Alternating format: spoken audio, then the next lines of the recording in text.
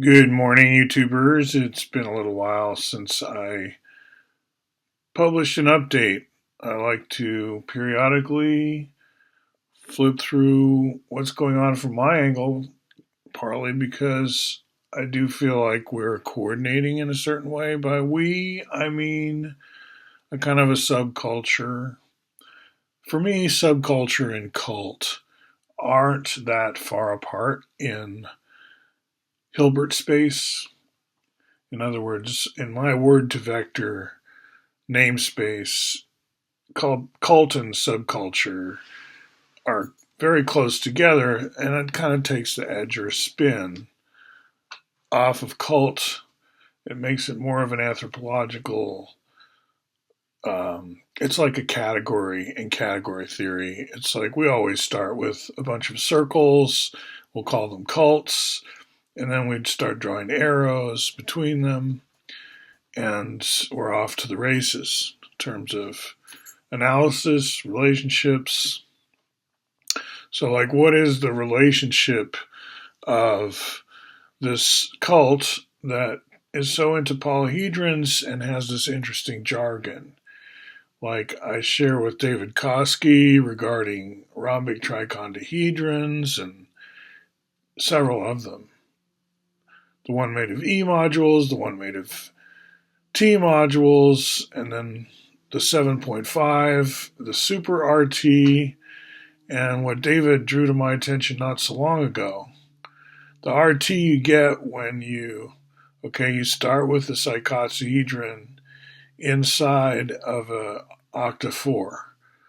That octahedron has, in our subculture, a volume of 4. And you're thinking, how dare I peg a polyhedron to a volume number? Like, you can't tell me what the volume is until you tell me what the edges are. And I'm telling you, the edges are one edge, or one unit, same as a tetrahedron of one. In other words, we have a bunch of polyhedron that we interrelate because we do intentionally scale them relative to one another. So this icosahedron faces flush to the octa 4.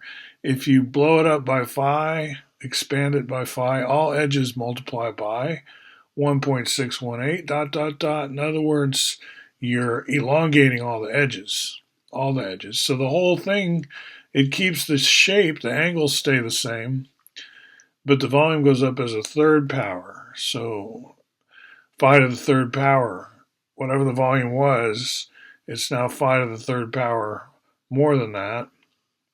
It turns out this RT, rhombic trichondahedron, is faces flush with what we call the 2 frequency cube of volume 24. So that's all pretty fun. And this little subculture jargon, where does it fit in? And as you know, from my angle, it's all about keep it high school level. Even if my audience is adults, even when this is andragogy, it's like that high school we need every 15 years because the basics keep changing. Go back to driving school, go back to code school, go back to whatever, right?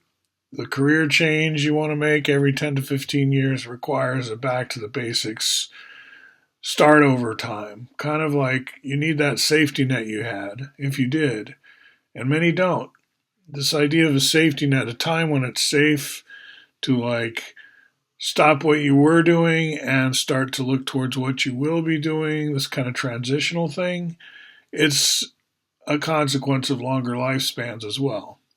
But also an economy where the jobs, the roles keep changing a lot. It's like if you're an actor, you can't be expected to just jump into a role without any rehearsal, without any prior training. All the more so, I mean, acting, you almost can do that if you're a great actor, but being a doctor, you got to go through medical school. And I know people who've jumped into that in their 40s, right? Time to change careers. When I went back to my Princeton 50th reunion, it was kind of about that as well. We live a longer time now, so we need time to sort of occasionally revamp. So I'm saying keep it at the high school level, but I don't mean keep it focused to teenagers necessarily. Although teenagers would be able to jump in here, but so would someone in their 30s, someone in their 50s, right? So I'm not being age specific when I talk about how basic it is. I'm just saying it's more like when you learn the ABCs, that's elementary. And then above that is something that's almost as basic, and that's where I operate with this material, I think. Which makes it interesting because then it's a question of how to integrate it with other material at that same level, and that's what you'll find at my School of Tomorrow. So take a look, check it out, especially if you're a teacher and you're looking for novelty. I'll just be brash and upfront and say novelty is on tap here. There's a lot of low hanging fruit. You don't have to be a math degreed or physics degreed, or you don't have to have a lot of college under your. Like David Koski, he's a union pipe fitter by trade, right? But he was struck by the golden ratio, the golden mean, in his 20s living in LA.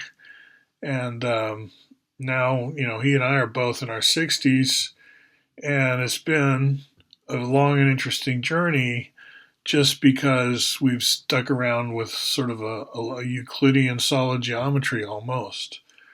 Now, if you split hairs, it's not Euclidean, and I can explain why, but it's close.